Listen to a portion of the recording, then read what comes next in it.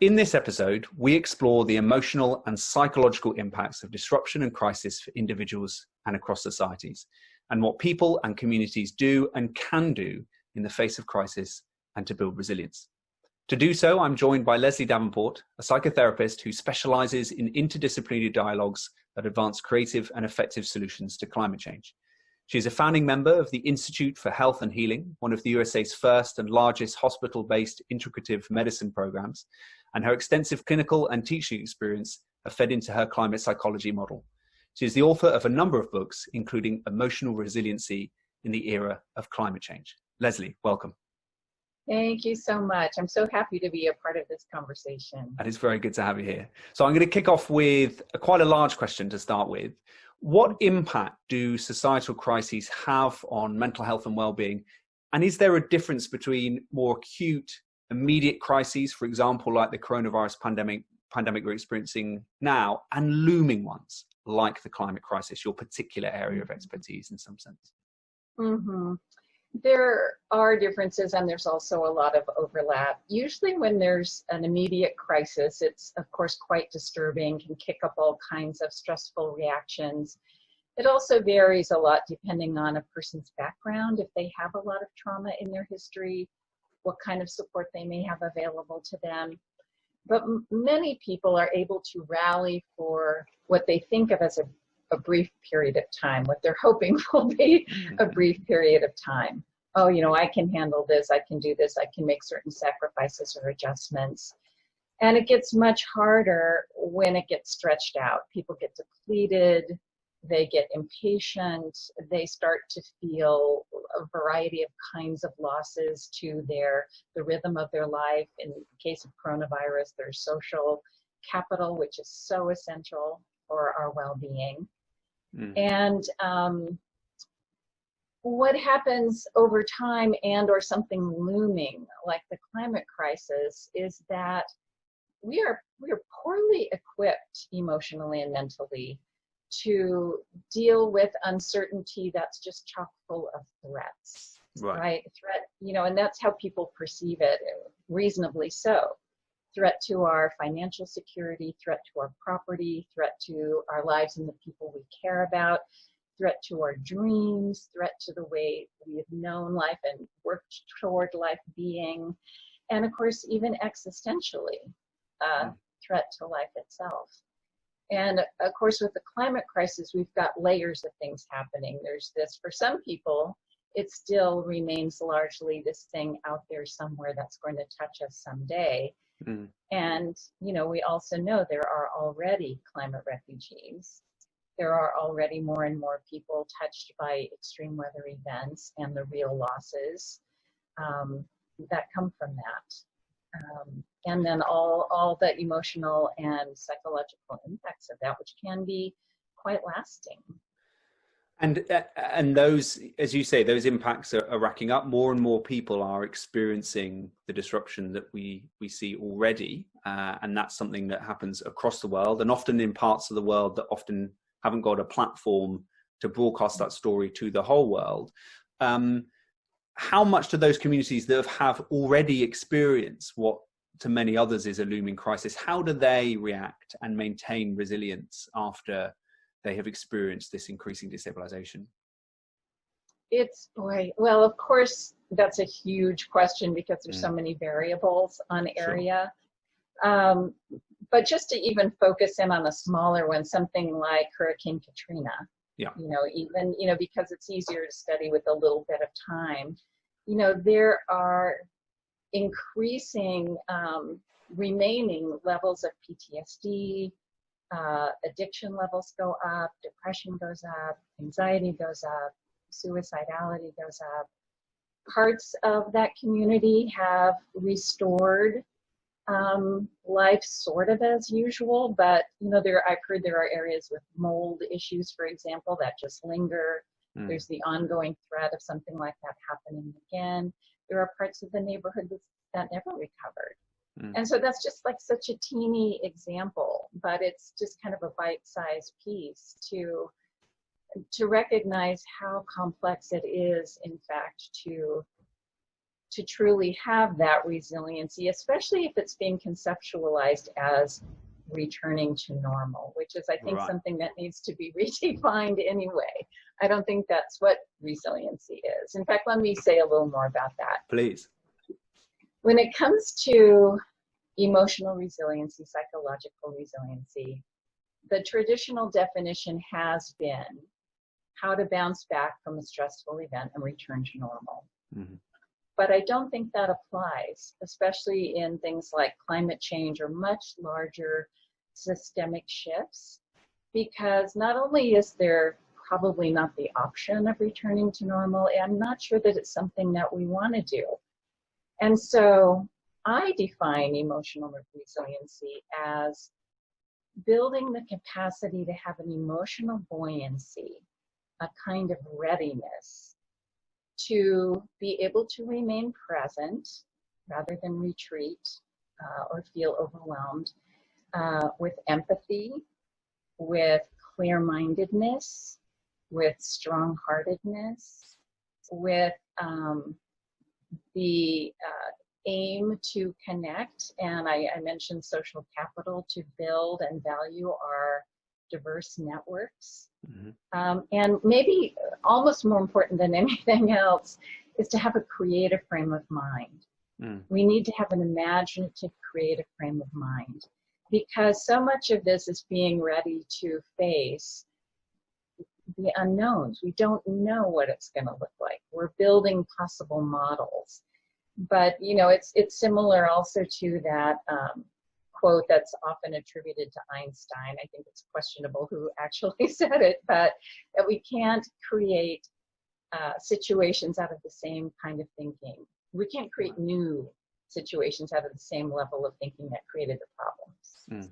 And so we can't just only use our analytical piece of our mind to kind of problem solve and tinker with the mechanics. I think it really is going to require that we use so much more of our capacities that largely have gone dormant. Right. And so you're saying then the models that we have often applied when it comes to grappling with this problem have been very limited. They've been very analytical because we've not plumbed presumably the emotional side and others here, that we have been playing this game with so much of our capacity underused. Yes.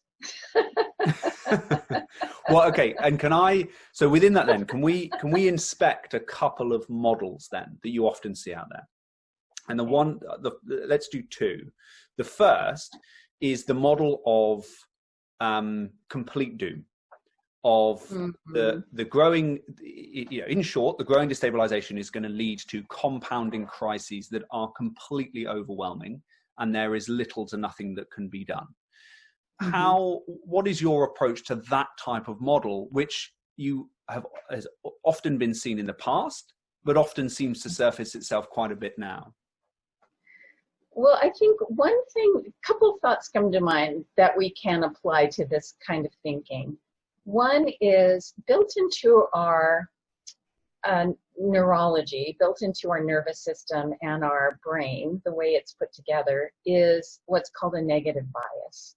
And it's something that is part of our survival system. It's, scanning the horizon for danger and problems, and they register much more strongly than the more neutral or the more positive responses.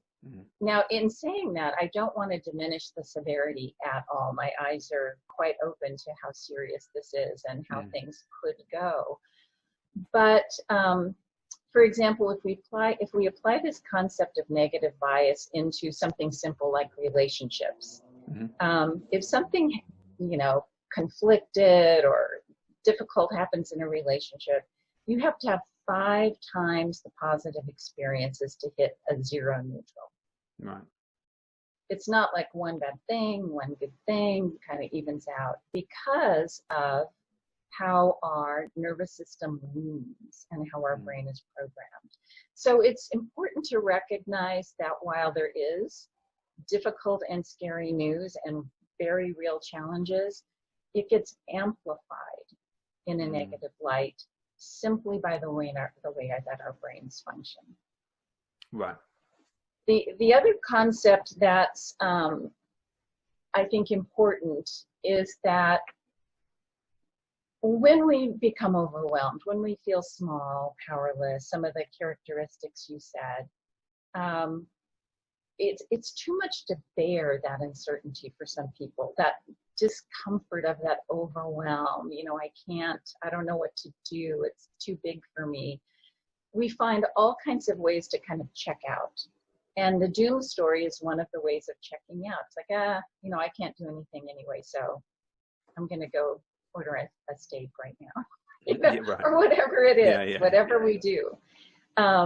So there's this, there's a relevant concept that comes out of trauma studies called the window of tolerance, or our zone of resilience.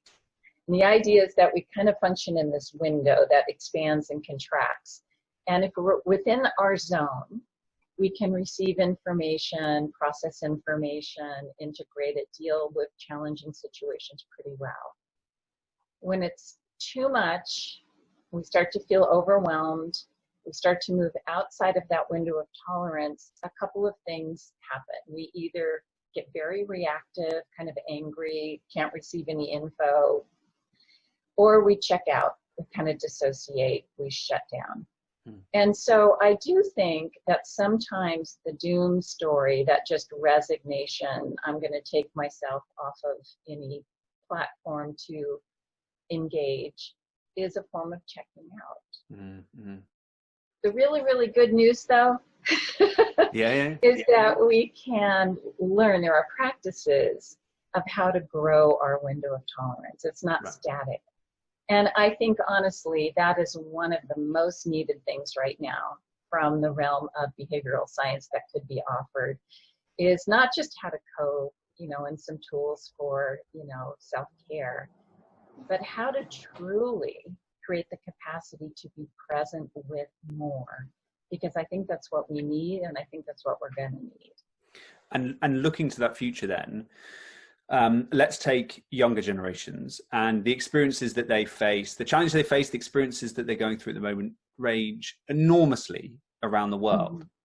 Mm-hmm. But a sense of, a growing sense of fear about destabilization, and not just environmental, but also social and economic, and how they interact together. What would you say to those younger generations who are experiencing those kind of feelings and are looking into this future with their differing windows of resilience? Mm-hmm. Interesting question, because I'll just mention I'm working on a couple books, one for 8 through 12-year-olds on this topic, and one for teens. Right. So okay. I'm kind of looking at You're on this one at the moment, yeah. Yeah. One, before we go to any kind of solutions, we need to make space for seeing, validating, acknowledging all those feelings and thoughts. You know, it's an important step not to just jump to how can we soothe things and make things better and feel okay. It's like, yeah, I see you. These are very real challenges. These are scary times. So it's not to jump over it, and it's also not to only be there. But once that has happened,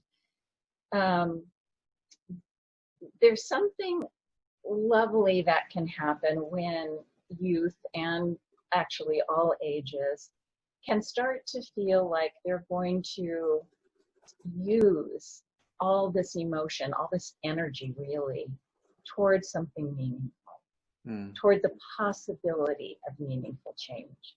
See, and that's what's hard to bear. There's the doom story, and we also don't want to jump to the everything's going to be fine story with rainbows. But it's, you know, it's that capacity to be in the discomfort and excitement and even joy of creating something that, again, calls forth more of our humanity. Maybe this holds the potential of being a truly transformative time. Not without a lot of birth pangs and difficulty, for sure. But what else? You know, ask that what else question. And yeah, no, go. I was going to say the other thing is how to understand how what can feel like a small contribution can have ripples. And I'll give you a concrete example that I've looked at in my own life. So sometimes I function as a psychotherapist as well as doing this consultation and education. And so sometimes I think sitting one-on-one with someone in a room just isn't nearly a big enough platform. But I had an experience of helping someone through a speaking phobia who was in the environmental world, who was going to be standing on a stage with a very large audience that was being captured by media, that was going to have an even larger distribution. And it's because of our work together that I became this significant link in what made this larger thing possible. And so I think if we function within the spheres of our influence, grounded in the gifts that we have, and everyone is encouraged to do that, it's that inner connection that's, coming to light here that can also manifest in terms of this more forward transformative movement. So fellowship is at the heart of this as well, of being resilient to seeing that change. Yeah, and that everything matters, every contribution matters, because if we get enough up and going, then it's the collective. Mm-hmm. Well, we sadly have run out of time, as we always do very quickly with these interviews. But have you got any final thoughts that you would like to throw out there when it comes to this question of how we can maintain a level of emotional resiliency when it comes to looking into this uncertain future? Yeah, let me just add one more, which is, we're talking about the interconnectedness socially and otherwise, but I don't think we understand it fully until we do include an understanding that the environment affects our emotions, affects our thoughts affect our emotion, they shape our beliefs shape our behavior affects the environment comes back to influence us. So just this idea of separating inner and outer, the way we used to think about it, doesn't work. So we're seeing interconnections in a biological way, in a society systemic way, and we have to link it up with the living ecosystem has to include the way those threads connect to our thoughts and emotions in our bodies. Yeah, it's all part of it, and I haven't seen too much of that in the conversation. So I think that's a great note to end on. And Leslie, thank you so much for joining us today. Thank you.